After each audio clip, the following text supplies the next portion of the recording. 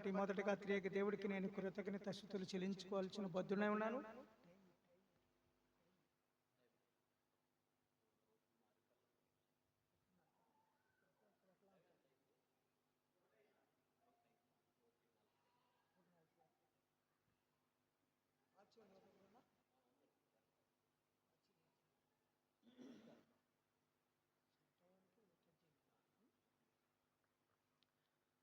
ఈ స్థలానికి పిలిపించిన సంఘ పాస్టర్ గారు అందే నానిబాబు గారికి మొదటగా కృతజ్ఞత తెలియపరుస్తున్నాను. కూడి వచ్చిన మీ అందరికీ ప్రభు అయిన యేసుక్రీస్తు నామములో పేరు పేరున వందనాలు తెలియపరుస్తున్నాను. అంశము ఏదో ఒకటి చదువుకొని దాని ప్రకారంగా మనం వెళ్దాం. మత్తయి సువార్త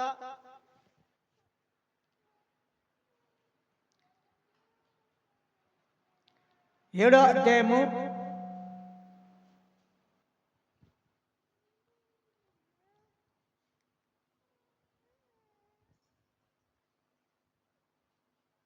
7వ అధ్యాయము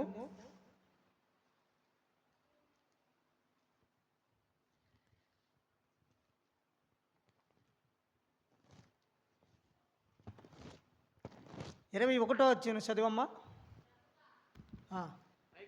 ప్రభువా చెప్పమ్మా. ప్రభువా అని నిన్ను పిలిచి ప్రతివాడును, ప్రభువా ప్రభువా అని నన్ను పిలిచి ప్రతివాడును పరలోక రాజ్యంలో ప్రవేశింపడు గాని, పరలోక రాజ్యంలో ప్రవేశింపడు గాని, పరలోకమందున నా తండ్రి చిత్త ప్రకారం చేయువాడే ప్రవేశించును.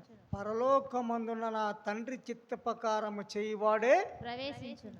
చాలు, చిన్న ప్రార్థన చేసుకున్నాం. పరిశుద్ధుడు పరిశుద్ధుడు పరిశుద్ధుడు, కోటాన కోట దేవదేవతలతో గానా ప్రతిగానాలు హరుగుడైన పరమ తండ్రి, నీ పాదాలకి వందనములు వందనములు ప్రభువా. ఇదిగో తండ్రి నాయనా, ఈ యొక్క స్థలానికి తీసుకొచ్చావు ప్రభా, మీకు వందనాలు ప్రభా. ఇదిగో తండ్రి, నేను ఒట్టివాడిని మట్టివాడిని ప్రభా, నేను మాట్లాడితే వింటారు ప్రభా. ఇదిగో తండ్రి నాయనా, ఇక్కడ కూర్చున్న ప్రతి ఒక్కరు ప్రభా, ఈ మైక్ సౌండ్ రాలేక ఏమి చెబుతాడో అనే దూరంగా వింటున్న వారందరికీ వినగలిగే చెవులను దయచేయండి. ప్రతి మాట వాళ్ళు స్వీకరించుకొని నీ వాకిష్టానుసారం నీ చిత్తాన్ని జరిగించే బిడ్డలుగా వాళ్ళని బలపరచండి. ఇదిగో తండ్రి, వాక్యం మీది మాట్లాడేది మీరు, మీ మాటలు నా నోటుకు అందించండి.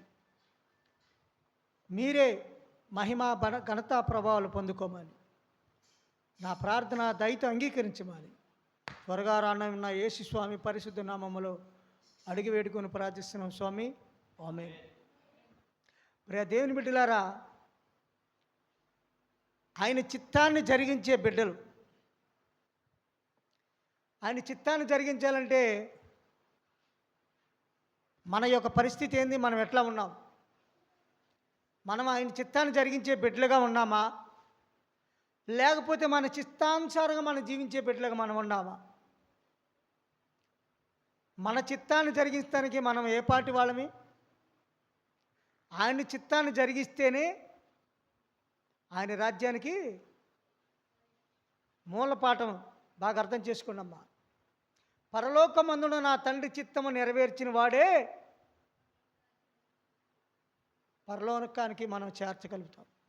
మనం ప్రభువా ప్రభువా ప్రభువా ఎన్నిసార్లు అనుకున్న ఉపయోగం లేదు. మనం ఈ జీవితం, మన జీవితం ఎలాంటిదంటే గెడ్డి పువ్వు లాంటిది. ఉదయాన్నే గడ్డి మళ్ళీ సాయంత్రానికి వాడిపోయే లాంటి వాళ్ళం మనం. అంతలోనే కనపడి ఇంతలోనే మాయమైపోయే మన వాళ్ళు. యాకోబు పత్రిక 4వ అధ్యాయము 13వ వచనం చదవమ్మా. నేడైనను రేపైనను అవకుండా చదివమ్మా బైబిల్. నేడైనను రేపైనను ఒకానొక పట్టణమునకు వెళ్ళి అక్కడ ఒక సంవత్సరం ఉండి వ్యాపారం చేసి లాభము సంపాదించుకొని రండని చెప్పుకొని వారులారా.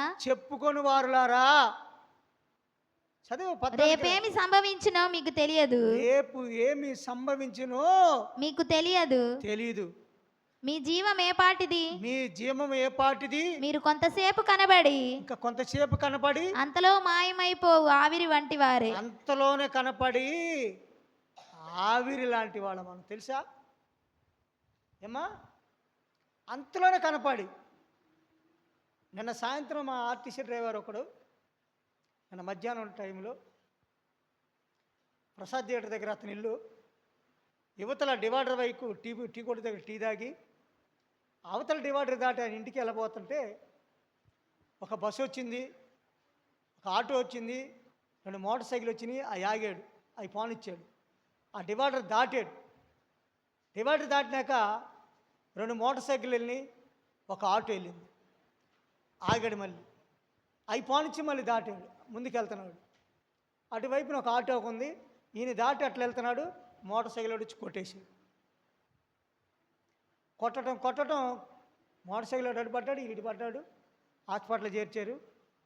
నిన్న మధ్యాహ్నం జరిగిన సీన్ ఇది. తెల్లారుజామున చనిపోయాడు. చూసారా? అంటే దానికి ఇంకా టైం ఉంది. ఒక్కొక్కరు క్షణంలో చనిపోతున్నారు. ఎన్నో యాక్సిడెంట్ జరుగుతున్నాయి. ఎన్నో మన జీవితంలో మనం చూస్తూ ఉన్నాం. ఎన్నెన్నో మరణానికి సమయం లేదు, ఒక టైం లేదు, ఒక గడి లేదు. కనుక ప్రియ దేవుని బిడ్డలారా, వాక్యం వింటున్న మనం అందరం కూడా ఏదో ఒక రోజు ఈ లోకాన్ని విడిచిపెట్టి వెళ్ళాలి. ఈ లోకం శాశ్వతం కాదు, ఈ ఆకాశం శాశ్వతం కాదు, ఈ భూమి శాశ్వతం కాదు, మనం సంపాదించుకున్న ఆస్తి శాశ్వతం కాదు. కనుక మనం సంపాదించుకోవాలని ఆస్తి ఏంది? ఈ భూలోకంలో కాదు. సంపాదించుకోవాలని ఆస్తి దానికోసం ప్రయాసపడాలి. మన ప్రయాసం అంతా ఎట్లా ఉందంటే మత్తయి సువార్త 11:28లో చాలా చక్కగా ఉంది. మత్తయి సువార్త 11:28లో ప్రయాసపడి భారం మోస్తున్న చదువు. నా యొద్దకు రండి, నేను మీకు విశ్రాంతి కలుగజేతును. నేను మీకు విశ్రాంతి కలుగజేస్తాను. నేను సాత్వికుడను దీన మనస్సు గలవాడను గనుక మీ మీద నా కాడి ఎత్తుకొని నా యొద్ద నేర్చుకొనుడి. అప్పుడు మీ ప్రాణం. ఏమి నేర్చుకోవాలి? ఆయన కాడి ఎత్తుకొని మనం ఏమి నేర్చుకోవాలి? ఈరోజు సన్నిధికి వచ్చారు మనం అందరం. ఇప్పుడు దాకా దేవుణ్ణి స్తుతించాము, ఆరాధించాము, మహిమపరిచాము. ఆయనకి చెందవలసిన మహిమ ఆయనకి చెందాలి, ఆయనకి చెందాల్సింది ఆయనకి చెందాలి. కనుక ప్రియ దేవుని బిడ్డలారా, ఆయన కాడి ఎత్తుకొని మనం నేర్చుకోవాల్సింది ఏంది? కాడి ఎత్తుకొని నేర్చుకోవాల్సింది. సహజంగా బండి లాగాలంటే, బండికి ఎద్దులు కానీ దున్నలు కానీ బండి లాగాలి అంటే వాటికి చిన్నప్పటి నుంచి ఒక కాడి కట్టి, ఉట్టి కాడి కట్టి తోలుతూ ఉంటారు. ఆ తర్వాత ఒక టైరో ఏదో ఒకటి తోలుతూ ఉంటారు. ఆ తర్వాత కొద్దిగా ఏదో బొరు వేసి తోలుతూ ఉంటారు. ఆ తర్వాత బండి కింద కడతారు. ఒకేసారి బండి కడితే లాగదు. కనుక ఆయన కాడి కింద నేర్చుకోవడం అంటే ఆయన సన్నిధిలో మనం నేర్చుకోవాలి. ఆయన సన్నిధిలో చెప్పే ప్రతి మాట మనం హృదయంలో స్వీకరించుకోవాలి. ఆయన చెప్పే ప్రతి ఒక్క మాటని మన హృదయాన్ని తెరవాలి. మన హృదయం తెరవకపోతే ఎన్ని చెప్పినా, ఎంతమంది బోధకులు చెప్పినా ఆ మాట మనకి వెళ్ళదు. వీటి వింటాము, వీటి వదిలేస్తాం. ఇన్న మాట ఎప్పుడైతే మనం హృదయంలో భద్రపరుచుకుంటామో, ఆ భద్రపరుచుకున్నప్పుడే ఆ మాట మనలో ఫలింపజేసింది. మాట మనం మన హృదయంలో భద్రపరుచుకున్నప్పుడే ఆ మాట మనలో ఫలింపజేసింది. ఫలించాలి అంటే మనం వాక్యములో ఫలించాలి, వాక్యములో మనం జీవించాలి. ఈరోజు ఉదయాన్నే ఎంతమంది ప్రార్థన చేశారు? ఒకళ్ళు వస్తే 2 చెయ్యాలి. అంటే ప్రార్థన అవసరం లేదా? ప్రార్థన అవసరం లేదా? వాక్యం 2 ఆయన ఎత్తింది, ఇప్పుడు మెల్లిగా అవసరం లేదన్న తర్వాత ఉదయాన్నే ప్రార్థన చేసుకోవాలి. ఆయన వాక్యాన్ని మనం ధ్యానించాలి, చదవాలి. ఆయన వాక్యం చదివినప్పుడే, వాక్యం ఎప్పుడైతే కొంతమంది చదువులేకపోవచ్చు, చదువు ఉన్న వాళ్ళే చదవాలని లేదు. చెప్పిన మాటలను ఎవరు వేసుకోవాలి, చెప్పిన మాటలు మనం హృదయాల్లో భద్రపరచుకోవాలి. ఇర్మియా గ్రంథము 15వ అధ్యాయము 16 వచనం చదివా. ఇర్మియా 15:16. నీ మాటలు నాకు దొరకగా నేను వాటిని భుజించి తిని. చాలమ్మా. అంటే ఆయన మాటలు మనకు దొరకగా నేను వాటిని భుజించి తిని. మనం ఈ లోకంలో కావాల్సిన ఆహారం కాదు మనం భుజించాల్సింది. శారీరకారంగా కావాలి కాదంటలా, శారీరకంగా కావాల్సిన ఆహారం ఉంది, ఆత్మీయ ఆహారం ఇది. ఈ శరీరము ఎప్పుడైనా సరే విడిచిపెట్టాలి మనం దీన్ని. ఆత్మను చూసావా, ఈ ఆత్మ మనలోంచి పోదు. శారీరకంగా మనం ఈ లోకానికి మనం మట్టి. ఆదికాండము 2వ అధ్యాయము 7వ వచనములో దేవుడైన యెహోవా నేలమట్టి తీసుకొని నేలమట్టితో నరుని చేసి వాని నాసికరంధ్రములో జీవాత్మను ఊదగా నరుడు జీవాత్మ అయ్యాడు. అంతేనా? మనలో ఉంది ఏంది? మనలో ఉంది దేవుని ఆత్మ. కానీ మనకు 3 ఆత్మలు ఉన్నాయి. గుర్తుపెట్టుకొని ప్రియ దేవుని బిడ్డలారా, మనకు 3 ఆత్మలు ఉన్నాయి, అదే మర్చిపోవకండి. ఒకటి దేవుడి ఆత్మ, రెండోది సైతాన్ ఆత్మ, మూడోది మన ఆత్మ. ఈ ఆత్మ, మనలో ఉన్న ఆత్మ ఇటు సైతాన్ని కాసేపు ఇస్తున్నాము, దేవుడికి కాసేపు ఇస్తున్నాం. అంటే న్యూట్రల్లో ఉన్నాం మనం. ఒక పక్క దేవుడు ఇది తప్పు, ఇది చేయకూడదు, ఇది నువ్వు చేస్తే చచ్చిపోతావు, ఇది నువ్వు చేస్తే నరకానికి వెళ్తావు. సైతాన్ ఏమంటుంది? పిచ్చివాడా పిచ్చిదాడా, చెయ్యి, అనుభవించు. లోకంలో ఉన్న దేనికి నువ్వు ఇవన్నీ దేనికి ఇచ్చాడు? అనుభవించు. అక్కడే కదా జరిగింది. దేవుడు ఏదైతే ఆజ్ఞనిచ్చాడో ఆజ్ఞ అతిక్రమించడమే, దానివల్ల వచ్చే జీతం మరణం. ఆజ్ఞ అతిక్రమించాడు. దేవుడు ఏమన్నాడు? అదే ఆదికాండము 2వ అధ్యాయం 16 వచనం చూడయ్యా. ఆదికాండం 2:16. మరియు దేవుడైన యెహోవా ఈ తోటలో ప్రతి వృక్షమును నిరభ్యంతరంగా తినవచ్చును.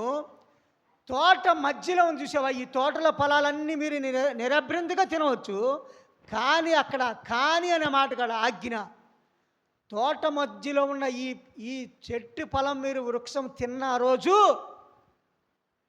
ఏమన్నా చదివమ్మా మాట, నిశ్చయంగా చచ్చేదన్నారు. చూసావా, దేవుడు ఆజ్ఞ. అది దేవుడు ఆజ్ఞ అతిక్రమించడమే ఇక్కడ ఎవరు చేసింది? ఇక్కడ దేవుడితో సంబంధం ఉన్నంతసేపు దేవుడితో ఆనందంగా గడిపారు.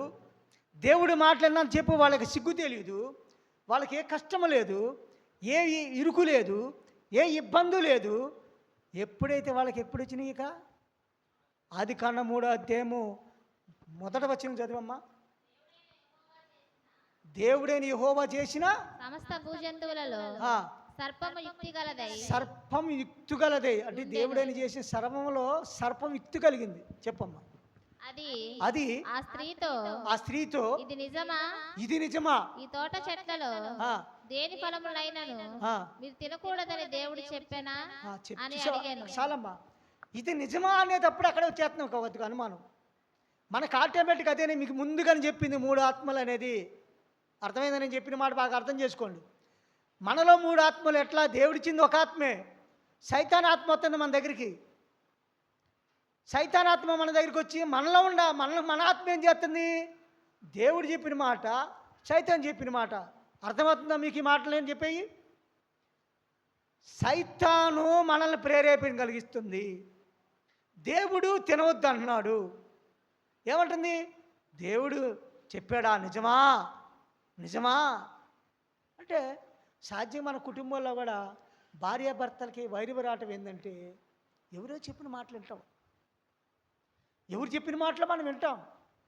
మన సొంతగా నా భార్య ఏంది, నా భర్త ఏంది, నా పిల్లలేంది అని మన సొంతగా మనం ఆలోచించాం. ఎవరైనా చెప్పిన మాట మట్టుగా మన మైండ్లో పడిపోయింది, దాన్ని మనం స్వీకరిస్తాం. మన దేవుడు చెప్పిన మాట మనము పక్కన పెట్టేసి సైతాన్ చెప్పిన మాట చాలా చక్కగా కమ్మగా ఉంటుంది. ప్రియ దేవుని బిడ్డలారా, సైతాను చేసే పనులు మన జీవితంలో కూడా చాలా జరుగుతూ ఉంటాయి. దేవుడి ఎడల మనం భయభక్తులు, అదేనే మీకు రాగాలు చెప్పిందండి. ఈరోజు పొద్దునే లేచి ఎంతమంది ప్రార్థన చేసుకున్నారు, ఎంతమంది బైబిల్ చదివి లేకపోతే ప్రార్థన దేవుడు అంగీకరిస్తాడు. మన ప్రార్థన అంగీకరించే దేవుడు ఆయన జీవంగల దేవుడు. మన ప్రార్థన ఆలకిస్తాడు, అంగీకరిస్తాడు, మనకు కావాల్సిన యావత్తు ఆయన సమకూరుస్తాడు. కనుక మనం ఆయన వైపు తిరగాలి. మనం ఆయన వైపు తిరిగితే, మనం ఆయన వైపు ఎప్పుడైతే ఆయన మాటలు మనం వింటామో ఆయన వైపు తిరగాలి. కనుక మన యొక్క సమస్తం వదిలిపెట్టుకున్నప్పుడు ఆయన వైపు తిరగలుగుతాం. ఇటు లోకము కావాలి, ఇటు దేవుడు కావాలంటే కుదరదు. నేను శారీరక కార్యక్రమాలు చేస్తాను, మా శరీర క్రియలని చేస్తాను, నాకు దేవుడు కావాలంటే కుదరదు. రోమపత్రిక 8వ అధ్యాయము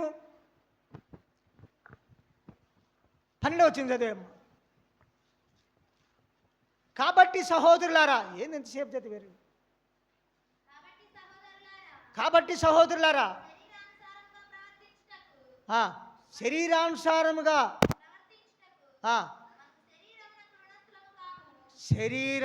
శరీరముకు మనము రుణస్థులము కాము. శరీరానుసారంగా ప్రవర్తించిన ఎడల చాలమ్మా, చాలు. చూసావా, అక్కడ ఆజ్ఞ ఏంది? శరీరానికి కావాల్సింది, మన శరీరానికి కావాల్సింది ఏంది? ఆహారం. అంతేనా? శారీరకంగా జీవించాలంటే ఆహారం కావాలి, ఆత్మీయంగా జీవించాలంటే ఆత్మీయ ఆహారం కావాలి. కానీ అక్కడ అవ్వ ఆ పండును చూసి మూడో అధ్యాయము, ఆదికాండం 3వ అధ్యాయము, ఆ పండును చూడగానే చూస్తానికి రమ్యంగా, చదివమ్మా 3వ వచ్చిన చూడు, ఆదికాండం 3:3. అయితే చెట్టు ఫలమును చూసి దేవుడు మీరు చావకూడనట్లు వాటిని తినకూడదని, వాటిని ముట్టకూడదని చెప్పానని సర్పముతో అనేను. అందుకు సర్పము మీరు సావనే సావరు, ఏలయనగా మీరు వాటిని తిను దినమున మీ కన్నులు తెరవబడతాయి, మీరు మంచి చెడ్డలు ఎరిగిన వారై దేవదూతల వలె ఉందురని దేవునికి తెలియదు. స్త్రీతో చెప్పగా స్త్రీ ఆ వృక్షము ఆహారముకు మంచిది, కన్నులకు అందమైనది. చాలమ్మా, చూసావా, శారీరకమైన ఆహారం అది. అవునా? ఆ పండు చూడంగానే ఆహారానికి మంచిది, చూస్తానికి అందంగా కనపడుతుంది అనమాట. ప్రియ దేవుని బిడ్డలారా, దేవుడు చెప్పేమన్నాడు? తోట మధ్యలో ఆ పండు తిన్న రోజు మీరు నిశ్చయంగా చస్తారన్నాడు.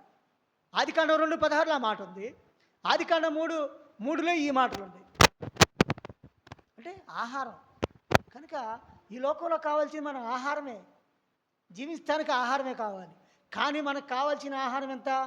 మన శరీరానికి కావాల్సిన 40% అయితే మనం తింటున్నది ఎంత? 80-90% తింటున్నాము. మనం తినే రైసు కమాన్ ఎంత తింటున్నా అంత పోతాను ఉండిద్ది. అధికంగా తిన్నందువల్ల మన శరీరానికి కావాల్సిన వ్యాధులు ఎక్కడి నుంచి వస్తున్నాయి తెలుసా? ఎక్కడి నుంచి వస్తున్నాయి? ఎక్కడైతే తినొద్దన్నప్పుడు తిన్నారో తెచ్చుకున్నారు, సాగు తెచ్చుకున్నారు. కానీ మన శారీరకంగా బతకటానికి తినడానికి తిండికి 40 అయితే మనం 90-40-80% తింటున్నాం. ఇవన్నీ మనలో స్టోరేజ్ అయిపోయి షుగర్లు, బీపీలు, కిడ్నీలు దెబ్బతింటాము, థైరాయిడ్స్, లివర్ దెబ్బతింటాము, కిడ్నీలు ఇవన్నీ దీని మీద. అంటే మనం మొయ్యగలిగిన బరువు అయితే మనం మోస్తాం, మొయ్యలేని బరువు అయితే ఏం చేస్తాం? కింద పడిపోతాం, లేదా కింద పడేస్తాం. కనుక మన శారీరకం, మన బాడీ కూడా మనం తినే ఆహారం ఎంతవరకు అయితే మన జీర్ణం చేయగలిగితే అంతవరకు జీర్ణం చేసింది. మన శరీరానికి కావాల్సిన ఆహారం ఎంత బయట అవుతుందో అంతవరకు సప్లై చేసింది. కనుక ప్రియ దేవుని బిడ్డలారా, మత్తయి రోమపత్రిక 8:13 చదివమ్మా. 12 చదివా, 13 చదివి. శరీరానుసారంగా ప్రవర్తించిన ఎడల సావవలసిన వారు ఉన్నారు. ఆత్మచేత శరీర క్రియలు చంపిన ఎడల జీవించేదారు. చూసారా చూసారా, మనము ఆత్మచేత శరీర క్రియలు చంపాలి. శరీర క్రియలు చంపకపోతే ఏమైంది? ముందు చదువుకున్నాం 12వ వచ్చిన ఏమైంది? శరీరానికి రుణస్థలం కాదు మనము. కనుక శరీర క్రియలు జరిగితే చచ్చిపోతాం అన్నాడు. అక్కడ జరిగింది ఆది కాండంలో. శరీరానికి కావాల్సిన సుత్తానికి ఆహారమే కదా, ఆహారంగా ఉంది, పూజించింది, అయిపోయింది. అమ్మగారు అక్కడే మనకు మరణాన్ని తీసుకొచ్చారు. కనుక ప్రియ దేవుని బిడ్డలారా, మనం దేవుడు చెప్పిన మాటలు వినకపోతే, వాక్యము చెప్పేటప్పుడు బోధకులు చెప్పే మాటలు వినకపోతే, మన పాస్టర్ గారు నాన్నగారు చెప్పే మాటలు, లేకపోతే ఇంకా సేవకులు చెప్పే మాటలు మనం దాన్ని వాక్యం విని చెప్పాను కదా. ఇర్మియా గ్రంథము 15:16 ఏముంది? నీ మాటలు నాకు దొరకగా నేను వాటిని భుజించి తిని.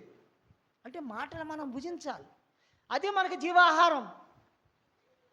ఆ మాటలు మనం భుజిస్తే మనకిటు మన ఆత్మని గద్దిస్తూ ఉంటుంది. నువ్వు ఇది తప్పు చేయకూడదు, ఇది చెయ్యి, దేవుడి బిడ్డగా జీవించు. దేవుడి బిడ్డగా జీవించకపోతే నువ్వు పాపంలో పడతావు. మన ఆత్మ మనల్ని గద్దించిద్ది అనమాట. అదే రోమపత్రిక 8:13 చక్కగా చెప్తున్నారు ఆ మాట. ఆత్మానుసారంగా శరీర క్రియలను చంపివేయాలన్నమాట. చూసారా, మనలో ఆత్మ శరీర క్రియలను అంటే దేవుడి ఆత్మ మనలో ఉన్నప్పుడు శరీర క్రియలను చంపేస్తాం. దేవుడి ఆత్మ మన లేకపోతే సైతాన్ ఆత్మ మనలో ఉంటే, నాకు చెప్పాను కదా, పిచ్చోడా పిచ్చిదని చెయ్యి, అనిపించానంటాడు. అనిపిస్తాయి ఈ లోకంలో మన ఇష్టానుసారంగా జీవితానికి కాదు. దేవుడు అదే మత్తయి సువార్త 7వ అధ్యాయంలో మనం చదివింది 21 ఏ చదవమ్మా? ప్రభువా ప్రభువా నన్ను పిలిచి ప్రతివాడు పరలోకానికి, ఆయన తండ్రి చిత్త ప్రకారం చేయాలి. మనం తండ్రి చిత్త ప్రకారం చేసినప్పుడే ఆయన చిత్తాన్ని మనం నెరవేర్చిన వాళ్ళు అవుతాం. సంకీర్తనలు 40వ సంకీర్తన 8వ వచ్చింది చదవమ్మా. సంకీర్తన 40వ అధ్యాయము 8వ వచ్చింది. సంకీర్తన 40వ సంకీర్తన 8వ వచ్చిన, నా దేవా నీ చిత్తము నెరవేర్చుట నాకు సంతోషము, నీ ధర్మశాస్త్రము నా అంతర్యములోనున్నది. నా పెదవులు మూసికొనక మహా సమాజములో నీతి సువార్తను నేను ప్రకటించి ఉన్నానని నేనంటిని. యెహోవా చెప్పు చదువు. యెహోవా అది నీకు తెలిసే ఉన్నది, నీ నీతిని నేను చెప్పింది మీరు చదవలేదు. 8వ వచ్చి సంకీర్తన 40వ అధ్యాయము 8వ వచ్చినవమ్మా. నా దేవా నీ చిత్తము నెరవేర్చుట నాకు సంతోషము, నీ ధర్మశాస్త్రము నా అంతర్యములోనున్నది. చాలు. అంటే ఆయన ధర్మశాస్త్రం మన అంతరంగంలో ఉందనుకోండి, ఆయన చిత్తాన్ని నెరవేర్చాలంటే ఆయన ధర్మశాస్త్రం మన అంతరంగంలో ఉండాలి. ఇర్మియా గ్రంథము 15:16 కూడా అదే ఉంది. నీ మాటలు నాకు దొరకగా నేను వాటిని భుజించితిని. మామూలుగా శారీరకంగా భుజించాలి అంటే ఆయన మాటలను మన హృదయంలో భుజించాలి. భుజించినప్పుడే మనం ఫలిస్తాం. సంకీర్తనల 3:2 చదివమ్మా. సంకీర్తన 1వ సంకీర్తన 2వ వచ్చిన చదివమ్మా. 2వ అధ్యాయం. యెహోవా ధర్మశాస్త్రంలో ఆనందించేవాడు, దివారాత్రులు ధ్యానించేవాడు ధన్యుడు. తర్వాత కంటిన్యూ 3వ వచ్చిన, అట్టను నీటి కాలువలను ఏరన నాటబడినదై తన కాలమందు ఆకు వాడక ఫలమిచ్చి చెట్టు వలే. చూసారా ఎట్లా చక్కగా ఉన్న మాటలు, చూసారా? మళ్ళీ ఇంకోసారి చదవం, అర్థమయ్యేదటి మీకు. యెహోవా ధర్మశాస్త్రమందు ఆనందించుచు దివారాత్రులు దాన్ని ధ్యానించేవాడు ధన్యుడు. నీటి కాలువను ఏరన నాటబడినదై ఆకు వాడక తన కాలమందు ఫలమిచ్చి చెట్టు వలే. చూసారా? యెహోవా ధర్మశాస్త్రం మనం ధ్యానం చేస్తూ ఉంటే, ఆయన వాక్యం మనం చదువుతూ ఉంటే, ఆయన వాక్యాన్ని మనం వింటా ఆ మాటలు మన హృదయంలో భద్రపరచుకుంటే అప్పుడే మనం ఫలిస్తాము. ఫలింపు జరగాలంటే వాక్యంలో ఫలించాలి. వాక్యంలో ఫలించాలంటే యాకోబు పత్రిక మొదటి అధ్యాయము 21 వచ్చింది చదవమ్మా.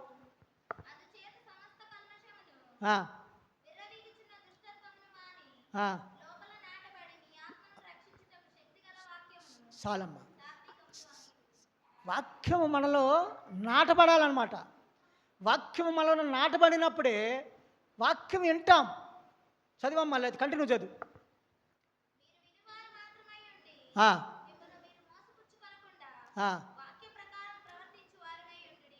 చూసారా విన్నారుగా మాటలు? వాక్య ప్రకారంగా మనం జీవించాలి.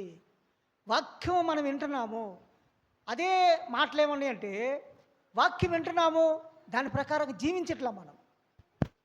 ఎట్లా ఉందంటే, సపోజ్ మనం అద్దంలో మన ముఖం చూసుకున్నాం అనుకో, అక్కడే ఉంది, అదే అధ్యాయంలో ఉంది. అద్దంలో మన ముఖం చూసుకొని చాలా సంతోషిస్తాం. చూసుకొని కొద్దిగా అవతల పోయిన తర్వాత మన ముఖం ఎట్టుందో మనకు తెలియదు. అర్థమైందా?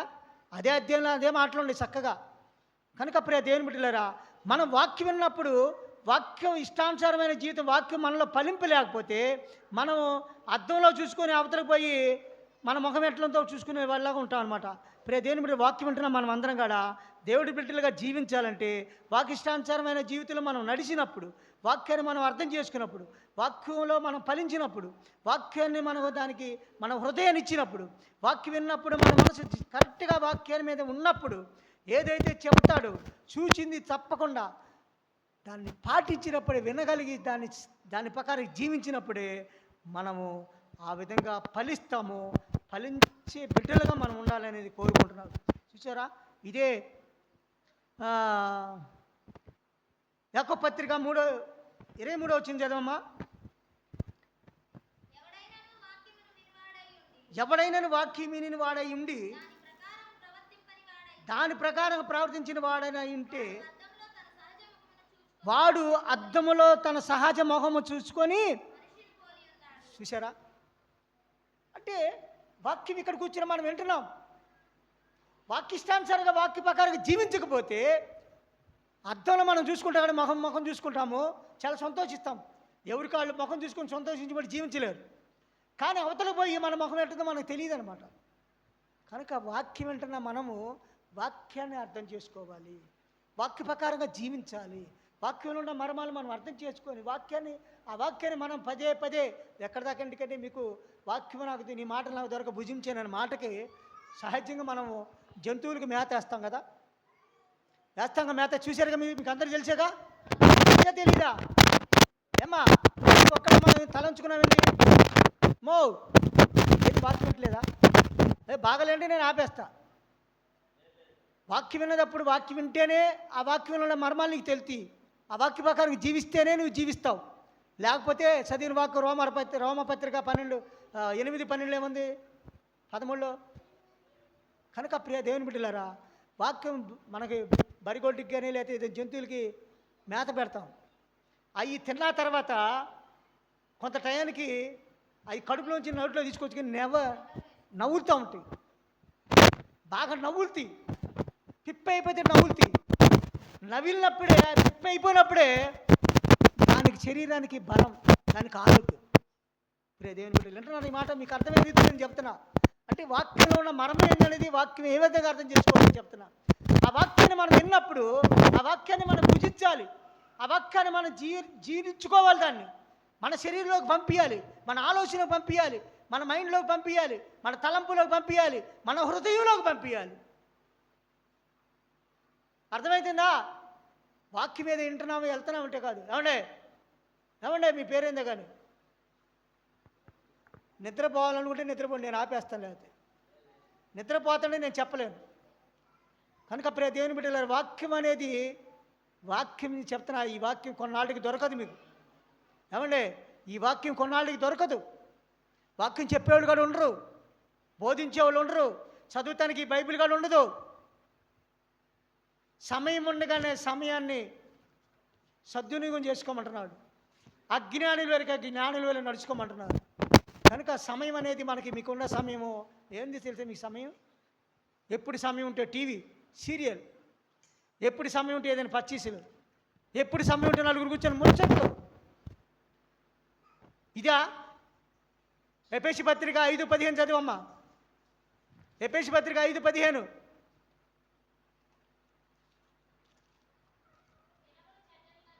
దినములు చెడ్డవి కనుక సమయము పోనీయక సమయాన్ని సద్వినియోగం చేసుకొని అజ్ఞానులే కాక జ్ఞానుల వలె నడుచుకోమని. చూసారా? చాలమ్మా. ఇది సమయము, ఇది దేవుడి సమయం. ఇది ఇందాక చెప్పే రాగాలే మీకు చెప్పాను ఒక మాట. ఏం చెప్పాను అనుకుంటారు? ఇంకా సమయం ఉందిలే, నాకు ఇంకా చాలా ఉందిలే. ఇక్కడ ఎంతమంది బాప్తీసం తీసుకున్నారు? బాప్తీసం బల్లారాధనలు అందరూ పాల్పొందరు అనుకుంటున్నారా? కనుక సమయాన్ని సద్వినియోగం చేసుకోమంటున్నాడు దేవుడు. సమయాన్ని మన ఇష్టం వచ్చినట్టుగా వాడుకుంటాను కాదు, మన ఇష్టం వచ్చినట్టు జీవితాను కాదు. తండ్రి చిత్తం ఆయన చిత్తాన్ని నెరవేర్చే బిడ్డలు అయితేనే ఆయనకు వారసులుగా అవుతాం. ఆయన చిత్తాన్ని నెరవేర్చకపోతే అదే మత్తయి సువార్త 7వ అధ్యాయము 19 వచ్చింది చదువమ్మా.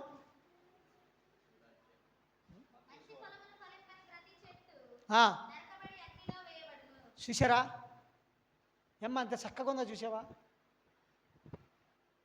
అదే 16 చదివమ్మా.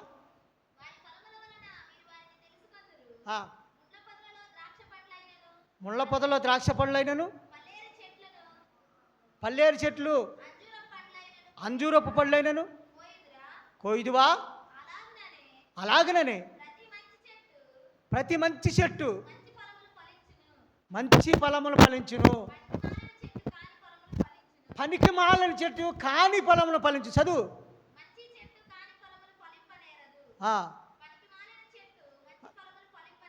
చూసారా? మంచి చెట్టు పనికి మాలని ఫలాలను ఫలించదు, పనికి మాల చెట్టు మంచి ఫలాలను ఫలించదు. చూసి ఎంత చక్కగా ఉన్నావు చూడ మాట. కనుక మనం ఏ ఫలాలు ఫలించేవాళ్ళగా ఉన్నాం? మనం ఫలించటానికి ఏంది? 17 వచ్చింది చదువుకున్నాం. ఫలించని ప్రతి చెట్టు. చూసారా? అబ్బా అబ్బా అబ్బా అబ్బా. అమ్మా సమయం అదే. వాక్యం వింటున్న మనందరమే. ఇది 2025వ సంవత్సరం. 2025వ సంవత్సరంలో మనం ఉన్నామంటే దేవుడిలో మనం ఎంతవరకు ఫలించాం?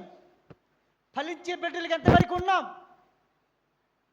ఫలించటంలో ఈ సంఘంలో ఎంతమందిని ఆత్మలను ఫలించాం? ఎంతమంది సంఘాన్ని తీసుకొచ్చాం? మనకు మనం ఫలించాలి. నేను రక్షణ పొందాలి, ఎదుటి మనిషిని. చూసారా? మన కుటుంబంలో ఇక్కడ చూస్తే స్త్రీల మట్టుకి 8 మంది కనపడుతున్నారు, పురుషులు కనపడుతున్నారు 4 కనపడుతున్నారు. అంటే ఇంకా మిగతా వాళ్ళకి వాక్యం అవసరం లేదా? దేవుడు అవసరం లేదా? దేవుడి సన్నిధి అవసరం లేదా? పరలోకం అవసరం లేదా? ఏది కావాలి? భూలోకం కావాలా? పరలోకం కావాలా? ప్రియ దేవుని బిడ్డలారా, నాతో పాటు నా భార్యను తీసుకురావాలి, నాతో పాటు నా భర్తను తీసుకురావాలి, నాతో పాటు నా పిల్లల్ని తీసుకురావాలి. నానిబాబు గారికి డబ్బు నుండి కట్టిలా ఈ మందిరం కట్టించాలంటే ఈ మందిరానికి ఎంత ఖర్చు అయి ఉంటుంది? ఈ మందిరాన్ని మిమ్మల్ని పోషించాలంటే రోజు రావాలి కదా. ఈ మందిరాన్ని అభివృద్ధి చెందాలంటే ఏం చేయాలి మనం? ఈ మందిరం మనం ఇంకా ఇతరులను తీసుకురావాలంటే ఏం చేయాలి? మనం యొక్క కష్టార్జితంలో కూడా మనం భాగస్వాములు అవ్వాలి. ఆయన ఏదో చెప్తున్నాడు కదా, ఈ మందిరం మరి లైటింగు, ఫ్యాన్లు, మరి కరెంటు, ఇవన్నీ సౌండ్ సిస్టమ్, ఈ యొక్క మరి వాద్యాలు, వీటన్నిటికీ ఎక్కడి నుంచి వస్తాయి? ఈ మందిరాన్ని కలర్ అయ్యాలి ఏడ నుంచి వస్తాయి? ఈ మందిరం ఇంకా అభివృద్ధి చెందాలి ఏడ నుంచి వస్తాయి? మన కష్టార్జితంలోనూ డబ్బులు ఇవ్వాలి. మనం దేవుడి దగ్గర మనం దొంగిలిస్తున్నాం. దేవుడి దగ్గర దొంగిలిస్తున్నాం. మలాకి గ్రంథం 3వ అధ్యాయము 8వ వచనం చదివాయా?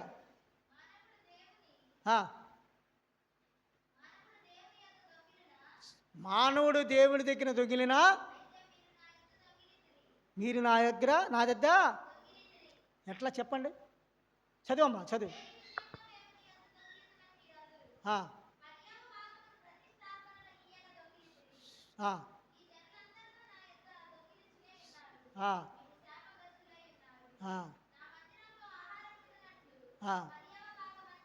చూసావా? ఇదిగో అమ్మా వినండి, ఇక్కడ ఏమన్నాడు? 10వ భాగం మనం ఇస్తున్నామా? 10వ భాగం మన చర్చికి, మందిరానికి 10వ భాగం మనకిస్తే ఆయన ఆకాశవాకులు ఇప్పుతానంటున్నాడు. 10వ భాగం మనకిస్తే, మనం దేవుడికి ఇస్తే, మనమేమి ఈ నానిగా తీయటం, చర్చిగా తీయటం, దేవుడికి ఇస్తున్నాం. మనము 10వ భాగం మనకిస్తే ఆకాశవాకులు విప్పుతానంటున్నాడు. పట్టజాలనంత విస్తారమైన దీవెనలు. అదే కంటిన్యూగా ఉంది, అదే మాట. 8వ వచనంలో కంటిన్యూగా అదే మాట ఉంది. కనుక ప్రియ దేవుని బిడ్డలారా, ఇస్తూ మనకు చేతవ్వాలి. ఈరోజు నేను పనికి వెళ్ళాను, నేను కష్టపడ్డాను, 100 రూపాయలు రాని, 10 రూపాయలు దేవుడిది. 10 రూపాయలకి దేవుడికి ఇయ్యలేదనుకో, నువ్వు 100 రూపాయలు కష్టపడితే దేవుడికి ఇవ్వకపోతే ఇంకో 200 కష్టపడి తీసుకొచ్చి వాళ్ళు అప్పు చేయాలి. గుర్తుపెట్టుకోండి బాగా. నేను డ్యూటీలో ఉద్యోగం చేసినప్పుడు నేను దేవుడికి ఇవ్వడం తెలుసుకున్న తర్వాత, నేను ఏదేదో దేవుడిని తెలుసుకోకముందు, దేవుడికి ఇవ్వకముందు నేను ఏదేదో వ్యాపారాలు చేశా, ఏదేదో చేసుకున్నా. లారీలు కొన్నాను, స్కీములు పెట్టాను, ఇళ్లలో కావాల్సిన ఫర్నిచర్లు ఇచ్చాను, ఎంతో ఇచ్చే డబ్బు, కానీ సంపాయిలే నేను. ఎప్పుడైతే దేవుడిలోకి వచ్చానో, దేవుడిని ఎప్పుడైతే గుర్తించానో, దేవుడి బిడ్డకి ఎప్పుడైతే జీవిస్తున్నానో, దేవుడికి ఇవ్వాల్సిన దశంభాగం, మామూలుగా కొంతమంది దశంభాగం ఎట్టిస్తారంటే, జీతము 10,000 వచ్చింది అనుకోండి, 10,000 ఎట్లా వస్తుంది? వాళ్ళకి కటింగులు ఉంటాయి, ఫార్మెంట్ పొండని, ఎల్ఐసీలని, అయ్యని ఇయ్యని, ఇంకా లోపల ఉండే స్కీములు అయ్యి కట్టంగా 10,000 వస్తాయి. అసలు జీతం ఎంత తెలుసా? 15,000 లేదా 12,000. వీళ్ళు ఏమిస్తారు? కొంతమంది 10,000లో మనం దశభాగం ఎంత? 1,000 రూపాయలే కదా అనుకుంటారు. కానీ నేను అట్లా ఇవ్వను. గుర్తుపెట్టుకోండి బాగా నీ మాట. నాకు మొత్తం గ్రాస్ అంటే మొత్తం జీతం, కట్టింగ్లు పోకుండా జీతం టోటల్ ఎంత ఉందో అంతలో నేను దశంభాగం తీస్తా. గుర్తుపెట్టుకోండి బాగా.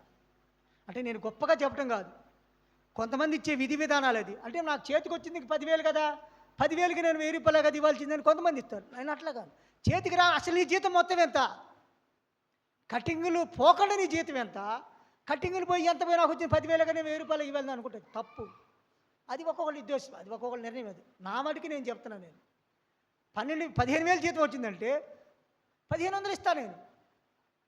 కనుక ప్రియ దేవుని బిడ్డలారా, ఎప్పుడైతే దేవుడి దగ్గరికి వచ్చాను, సంపాయాలనుకున్నప్పుడు ఆస్తి ఏదో సంపాయాలి, లోకంలో ఏదో సంపాయాలి, లోకంలో పెద్దోడు అవ్వాలి, ఒకరికంటే ఉన్నతమైన శిఖరాలు అందుకోవాలి, ఉన్నతమైన పేర్లు సంపాదించుకోవాలి, పెద్ద బిల్డింగ్లు కట్టేయాలి అని అనుకున్నా. లారీలు తిప్పాను, వ్యాపారం చేశాను, ఇల్లు కట్టేయలేకపోయాను. వినండి బాగా నా మాటలు. ఎప్పుడైతే దేవుడి దగ్గరికి వచ్చి దేవుడి బిడ్డగా జీవిస్తూ దేవుడికి కావాల్సిన ఆయన చిత్తానుసారంగా జీవిస్తానికి ఎప్పుడైతే వచ్చానో, ఊహించుకోని రీతిలో బిల్డింగ్లు కట్టించాను. ఊహించుకోని రీతిలో అందరూ ఏమన్నా వాళ్ళు తెలుసా? గవర్నమెంట్ ఇల్లు కట్టిస్తుంది కదా, గవర్నమెంట్ ఇల్లు కట్టించుకోవచ్చు కదా అని అన్నారు. కట్టించుకోలేదు. నా స్వయం కృషిగా మేమే కట్టించుకోవాలి, మా డబ్బుతోనే మేము కట్టించుకోవాలి, లోన్తో కట్టించుకోకూడదని కట్టించుకొని నిలబడ్డాను. అనుకోని రీతిలో అద్భుత కార్యాలు చేస్తాడు దేవుడు, ఊహించుకోని కార్యాలు చేస్తాడు దేవుడు. కనుక తీసుకోవడం అంటే పుచ్చుకోవడం అంటే ఇచ్చటం ధన్యం అన్నాడు. ఎక్కడుందా మాట చూద్దామా? అపోస్తలుల కార్యాలు 20వ అధ్యాయము 31వ వచనం చదవమ్మా. అపోస్తులు ఆ, ఆ, చాలమ్మా. కనుక పుచ్చుకోవటం అంటే ఇవ్వాలి. మనం తీసుకోవటమే తెలుసు, కానీ మనకి ఇవ్వటం మనకు తెలియదు. కనుక ప్రియ దేవుని బిడ్డలారా, దేవుడికి ఇచ్చి శోధించమంటున్నాడు. చదువుకుని మలాకి 3:8 చాలా చక్కగా ఉంది. మొత్తం చదవమ్మా నువ్వు. 3:8 చాలా చక్కగా చదవమ్మా. మలాకి గ్రంథము 3:8, 3వ అధ్యాయం 8వ వచనము. అయితే మీరు నా యొద్ద దొంగిలితిరి. ఇదిగో చదివమ్మా మాకమ్మా.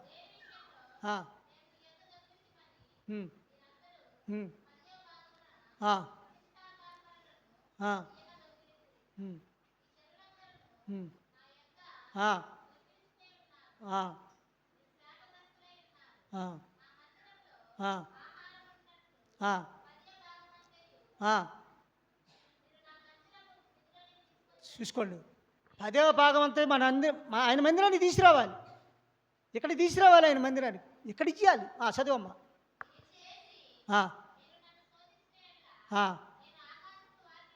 చూసారా, పట్టజాలంత విస్తారంగా ఆకాశ వాక్కులు ఇప్పుతాను అంటున్నాడు. ఎప్పుడైతే ఇచ్చేది? ఎప్పుడు ఇప్పుతాడు? ఎప్పుడు ఇస్తాడు? మనం ఆయన సన్నిధులు కుమ్మరించాలి. ఆయన సన్నిధులు మనం ఇవ్వాలి, ఇక్కడ తీసుకొచ్చి ఇవ్వాలి. అప్పుడు మన కుటుంబాలు అంచెలంచెలుగా దీవించబడతాయి. కనుక ప్రియ దేవుని బిడ్డలారా, నమ్మకం ఉండాలి ముందు మనకి. దేవుడికి నేను ఇస్తే నాకు దేవుడు ఏమి ఇస్తాడు అని అనుకుంటే కాదు, నేను దేవుడికి ఇవ్వాలి, ఇస్తున్నానంతే. అది మంద కాదు, దేవునిది. దేవుడికి ఇచ్చేసేయి.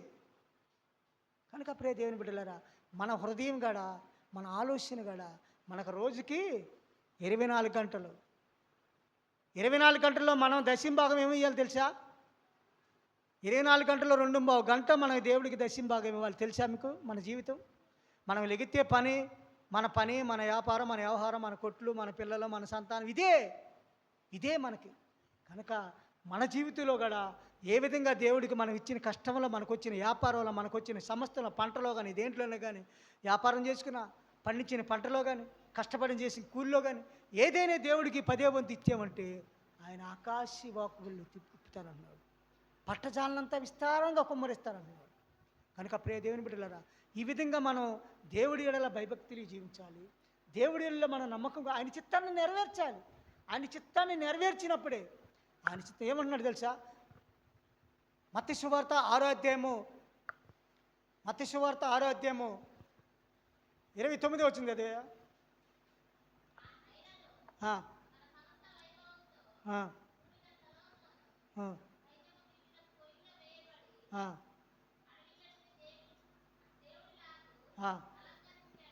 అలంకరించిన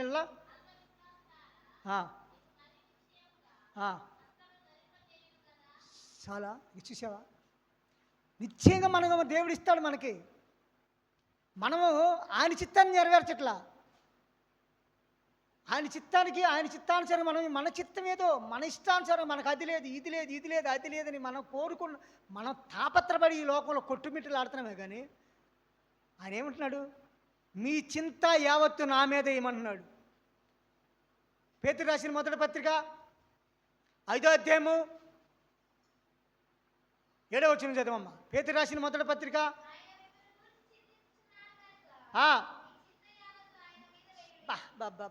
ఆయన మన గురించి చింతిస్తున్నాడు. మన చింత యావత్తు ఆయన మీద ఏమంటున్నాడు. అది చేతకట్ల మనకి. అతి చేత కాకుండా మత్తయి సువార్త చదువుకున్న 6వ అధ్యాయంలో 29 నుంచి మనం 33 దాకా చదువుకుంటే 30 వచ్చిన చదువు.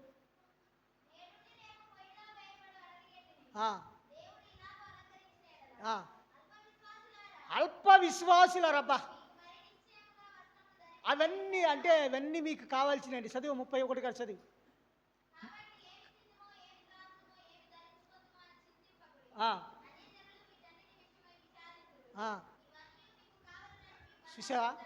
చూసావా మనకు అది కావాలి, ఇది కావాలి, ఇది కావాలి, అది కావాలి, ఇది కావాలి అని ఆరాటపడుతున్నాం, పోరాటం చేస్తున్నాం, గందరగోళం చేస్తున్నాం. మీకు కావాల్సింది ఏదో ఆయనకి తెలుసు. ఆయన ఏమంటున్నాడు తెలుసా? 36:33 మొదట ముందు చూసావా, మొదట ముందు ఆయన రాజ్యాన్ని వెతకమంటున్నాడు. ఆయన రాజ్యాన్ని మనం వెతికితే మనకు కావాల్సిన ఏమేమి కావాలో, మనకు సమృద్ధికి వాళ్ళ పిల్లలకి ఫీజు కావాలా ఇస్తాడు, ఇల్లు కట్టుకోవాలా ఇస్తాడు, పొలం కొనుక్కోవాలి ఇస్తాడు, బైక్ కొనుక్కోవాలి ఇస్తాడు, కారు కొనుక్కోవాలి ఇస్తాడు. అది మనం అడగట్లా, చేతగట్లా మనకి. అందుకే అక్కడ పేతురు రాసిన మొదటి పత్రిక 5:7 ఆయన గురించి మన గురించి చింతిస్తున్నాడు. ఆయన మన చింతి యావత్తు ఆయన మీద వేస్తే చూసావా, చాలా చక్కని మాటలమ్మా. ఈ మనకి అర్థం కావట్లా దేవుని మాటలు మనం వింటున్నామంటే దేవుడి మాటల ప్రకారంగా ఆయన మాటలని, ఆయన చిత్తాన్ని జరిగించే బిడ్డలుగా, ఆయన వాక్యిష్టానుసారమైన జీవితంలో మనం నడిస్తే మన ఆత్మ ఆయన ఆత్మ చదువు మనం చేసే ఆరాధన. ఆయన ఆరాధించేవాళ్ళు ఆత్మతోనూ సత్యంతోనూ ఆరాధించమన్నాడు. ఆయన ఆరాధించేవాళ్ళు ఆత్మతోనూ సత్యంతోనూ ఆరాధించమన్నాడు. అది చేత అవుతుందా మనకి? చేత అవుతుందా? యోహాను సువార్త 5:23 వచ్చి చదివే. 5:23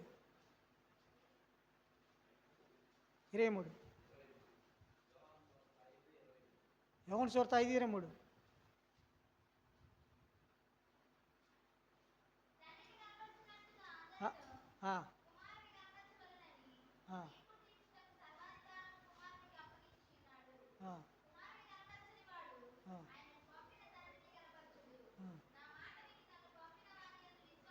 చూసారా, ఆయన మాట, ఆయన పంపిన వాడి విశ్వాసం ఇచ్చాలి ముందు మనం. ఆయన అందు విశ్వాసం, ఆయన మాట విశ్వాసం లేకపోతే, మన విశ్వాసం లేకపోతే ఏమి చేయలేం, మన వల్ల కాదు. అబ్రాహాము దేవుణ్ణి నమ్మాను, అది అతనికి నీతిగా ఎంచబడింది. నీతి నమ్మాలి. అబ్రాహాంకి 80 సంవత్సరాలప్పుడు దేవుడు కనపడ్డాడు. 9 సంవత్సరాలప్పుడు నీకు సంతానం ఇస్తా అన్నాడు. 9 సంవత్సరాల నుంచి 100 సంవత్సరాలకి సంతానం ఏమన్నాడు? నమ్మాడు అబ్రాహాం. ఆదికాండము 15:6 చూడమ్మా. ఆదికాండం 15:6. ఆదికాండం 15:6.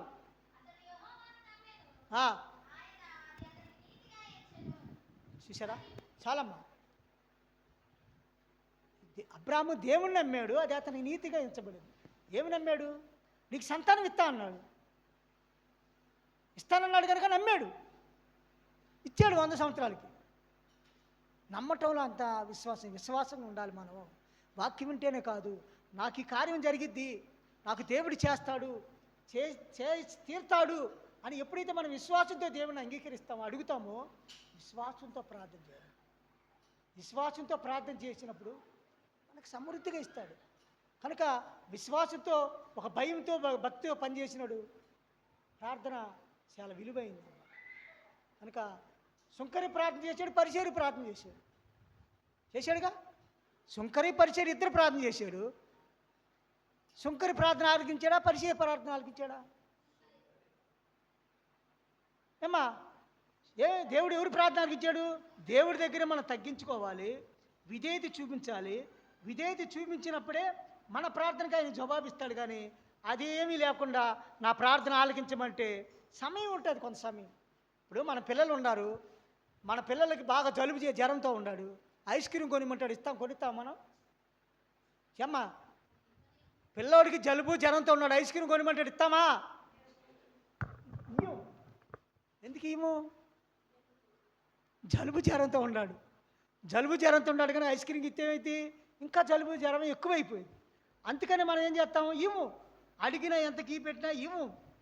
కనుక సమయం ఉంటే దేనికి ఒక సమయం ఉంది. ఆ సమయంలో దేవుడు మనం అడిగిన మనం ఏదైతే కోరుకుంటామో, ఏదైతే అడుగుతామో, ఏదైతే మనం ఆయన సన్నిధిలో మొరపెట్టుకుంటామో, ఏదైతే ఆయన సన్నిధిలో మనం విజ్ఞాపన చేస్తామో అది పొందుకుంటాం, మనం అనుభవిస్తాం, మన జీవితంలో జరుగుతాయి. కనుక అక్కడ ఇదే మత్తయి సువార్త 7:19 ప్రభువా ప్రభువా ప్రభువా అన్నంత మాత్రాన. కనుక మనం ఎప్పుడైతే మనం దేవుడి దగ్గర తగ్గించుకొని దేవుడి దగ్గర విధేయత చూపించి దేవుడి దగ్గర మనం ఆయన పాద సన్నిధిలో మనం చేరి కన్నీటి ప్రార్థన జామునే లేచి ఆయన సన్నిధిలో మోకరించాలి. విలాప వాక్యాలు 2వ అధ్యాయము 19వ వచనం చదివామా? విలాపులు తెలిసే విలాపులు ఇర్మియా గ్రంథము, ఇర్మియా తర్వాత ఏస్కేల్ కదా, ఏస్కేల్ ఇర్మియా మధ్యలో ఉంటాయి విలాపం. విలాపం 2:19 నువ్వు లేచి రేవి జామున ఆయన సన్నిధిలో మోకరించాలి, కుమ్మరించాలి. ఆయన సన్నిధిలో కుమ్మరించట్లో తెలియట్లే మనకి. రేయి జామునే అంటే 3 గంటలకు జాము. రేయి జామునే మనం ఆయన సన్నిధిలో మోకరిస్తే మన పిల్లలు, మన కుటుంబం, మన వ్యవస్థ అన్నీ చక్కదిద్దుతాడు దేవుడు. అది చేతకట్ల మనకి. ప్రియ దేవుని బిడ్డలారా,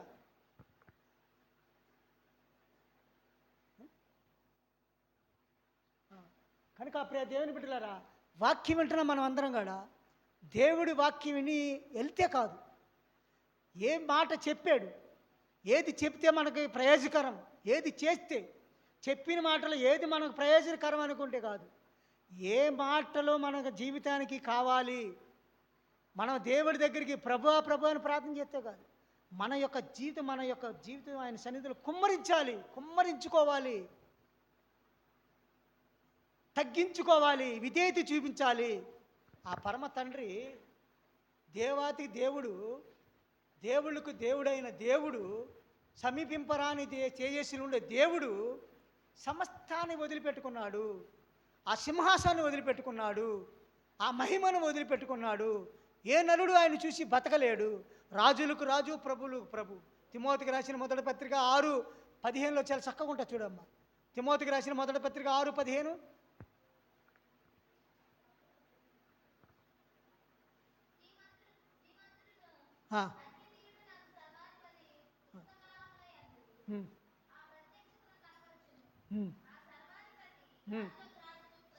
ఆ సర్వాధిపతి, రాజులకు రాజు, ప్రభువులకు ప్రభు, సమీపింపరాని తేజస్సులో ఆయన మాత్రమే వహించగలుగుతాడు. చూసారా? చదవమ్మా, తను చదివచ్చు.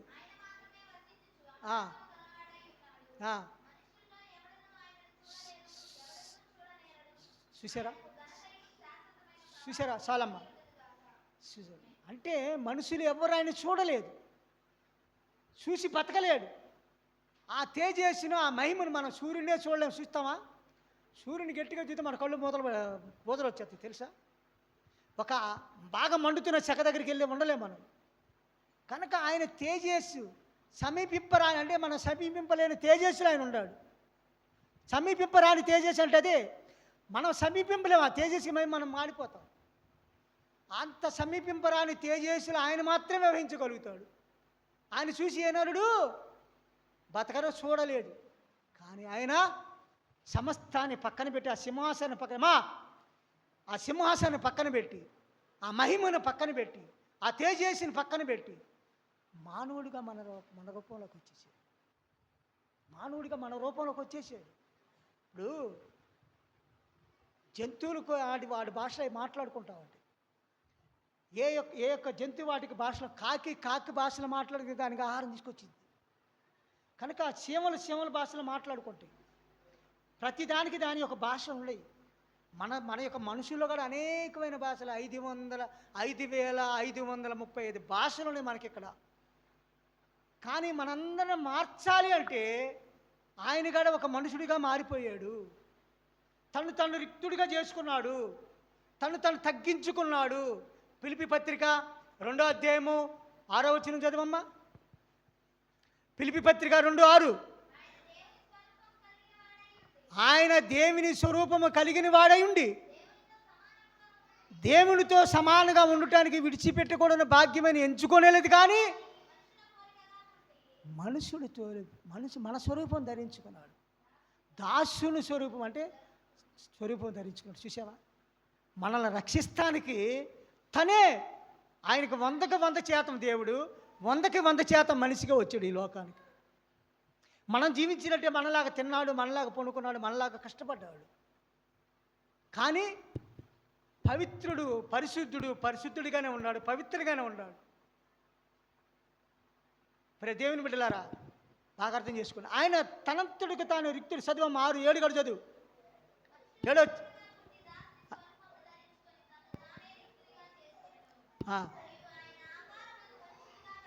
ఆయన ఆకారం మంది మనుషులుగా కనపడి మరణం పొందినంతగా, అనగా శిలువ మరణం పొందినంతగా. చూసారా, మనం ఏదైనా ఒక దెబ్బ కొడితే ఎదురు తిరిగి ఇంకో దెబ్బ అని కొడతాం, బలం లేకపోయినా కొడతానికి ప్రయత్నం చేస్తాం. ఆయన దేవుడై ఉండి తను తగ్గించుకొని, తను రిక్తుడిగా చేసుకొని, దాసుడు రూపం ధరించుకొని శిలువ మరణం భరించడానికి ఈ లోకంలోకి వస్తే మన కమ్మగా ఫ్యాన్లు వేసాడు నాని పాస్టర్ గారు, కమ్మను బిల్డింగ్ కట్టించాడు, కూర్చొని వాక్యం అంటే కూరుపట్లు పడుతున్నాం కొంతమంది. ఎప్పుడు మనం మారేది? మనం మారాలి, మన జీవితం మారాలి, మన ఆలోచన మారాలి, మన తలంపులు మారాలి, మన ఉద్దేశాలు మారాలి. అప్పుడే పరిశుద్ధ జీవితంలోకి వస్తాం. ఆయన ఆరాధించే బిడ్డలు ఎట్లా ఉండాలి తెలుసా? యోహాను సువార్త 4:23 వచ్చింది చదవమ్మా. యోహాను సువార్త 4:23 ఇందాక చదివింది. యోహాను సువార్త ఏమ్మా ఉండమ్మా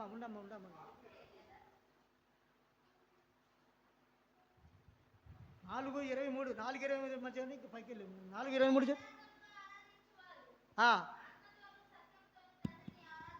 అయితే యథార్థంగా ఆరాధించువారు ఆత్మతోనూ సత్యముతోనూ తండ్రిని ఆరాధించు కాలము వచ్చి ఉన్నది. ఎప్పుడు వచ్చింది?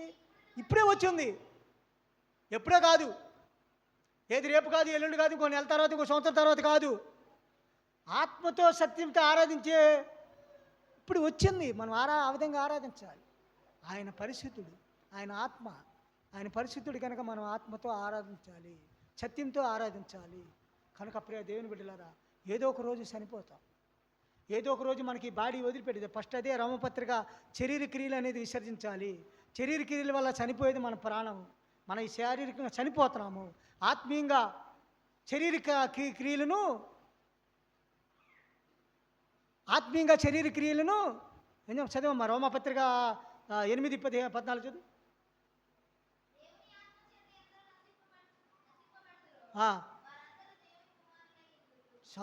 చాలా అంటే మనం ఆత్మ ఇష్టానుసారంగా మనం జీవించాలి. మన సొంతం కాదు, మన ఇష్టం కాదు. మన ఇష్టానుసారంగా జీవితానికి దేవుడు ఒప్పుకోడు. కనుక కొరింథీ పత్రిక 6:19 చదవమ్మా. కొరింథీ పత్రిక 1:6 వచ్చింది చదవమ్మా. కొరింథీ పత్రిక 1 కొరింథీ 6:19. 1 కొరింథీ 6:19 అమ్మా. మీ దేహము దేవుని వలన మీకు అనుగ్రహింపబడింది, మీలో ఉన్న ఆత్మ, పరిశుద్ధాత్మకు ఆలయమై ఉన్నారు. మీరు ఎరగరా? పరిశుద్ధాత్మ ఆలయం ఉన్నారు మనం. మీ దేహం మనకు అనుగ్రహింపబడితే ఆయన పరిశుద్ధాత్మ మనకు ఆలయమై ఉన్నది. కనుక ఆ ఆలయము, మీ దేహము దేవుని వలన మీకు అనుగ్రహింపబడి ఉన్నది, మీలో ఉన్న పరిశుద్ధాత్మకు ఆలయమే ఉన్నదని మీరు ఎరుగురా? మీరు మీ సొత్తు కాదు, విలువ బట్టి కొనబడిన వారు. మన సొత్తు కాదు, ఆయన విలువ బట్టి. ఆయన విలువ అంటే ఏంది? ఆయన రక్తాన్ని దారబోసాడు. ఆయన శరీరం ఇక్కడ దున్నబడింది, ఆయన రక్తం వేరులే పారిందనమాట. కనుక మన కోసమైన ఆ సమీపింపరాని తేజస్సులో ఉన్న దేవుడు మన రూపాన్ని ధరించుకొని తను రిక్తుడిగా చేసుకుని తన మహిమలోకి తీసుకెళ్తాడు. ఆయన మహిమలోకి మనం తీసుకెళ్తాడు, ఆయన రాజ్యానికి మనం తీసుకెళ్తాడు. ప్రభు అనంత మాత్రాన్ని కాదు, తండ్రి చిత్త ప్రకారంగా నెరవేర్చాడు. ఆయనే నెరవేర్చాడు ఆయన చిత్తాన్ని నెరవేర్చాడు. చూద్దామా? మత్తయి సువార్త 26వ అధ్యాయము 29వ వచనం చదవమ్మా. 39వ వచనం. మత్తయి సువార్త 26:39. కొంత దూరం వెళ్ళి సాగిలపడి ఆ, నా తండ్రి సాధ్యమైతే ఈ గిన్నె నా ఎదుట నుండి తొలగిపోనిమ్ము. చూసావా? నా ఇష్ట ప్రకారం కాదు. చూసావా? అయినను నా చిత్త ప్రకారం కాదు, అయినను నా చిత్త ప్రకారం కాదు, నీ చిత్తమే. కనుక మనం ఏంటంటే మన చిత్తానుసారంగా మన ఇష్టానుసారంగా మనం జీవిస్తున్నాం. ఆ పరమ తండ్రి, ఆ తండ్రి రాజులకు రాజు ప్రభువులకు ప్రభు వచ్చి భూలోకంలో తండ్రి చిత్తాన్ని నెరవేర్చడానికి వచ్చాడు. తండ్రి చిత్తం జరిగిస్తేనే మనము, తండ్రి చిత్తం జరిగించకపోతే మనం ఈ లోకంలో మనం ఏమి దేనికి పనికిరాము. వాక్యం వింటున్న మనం అందరం కూడా ఆయన చిత్తాన్ని జరిగించే బిడ్డలుగా మనం జీవించాలనేది కోరుకుంటున్నాడు. ఆయన చిత్తాన్ని జరిగించాలంటే ఆయన మాటలు మనం వినాలి. ఆ మాటలు విన్నప్పుడే ఆయన చిత్తాన్ని మనం జరిగిస్తాం. కనుక ప్రియ దేవుని బిడ్డలారా, ఆయన చిత్తాన్ని జరిగించే బిడ్డలుగా మనం జీవిస్తానికి మనలో ఆయనలో మనం ఎప్పుడు నిమగ్నమై ఆయన చిత్తాన్ని జరిగి ఆయన మాటలు మనం వినాలి. యోహాను సువార్త 5వ అధ్యాయము 24 వచనం చదవమ్మా. యోహాను సువార్త 5:24.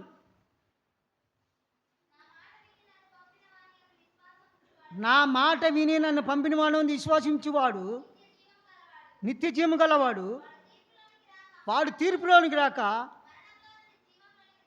చూసారా? తీర్పులోనికి రాక మరణంలో నుండి జీవంలోనికి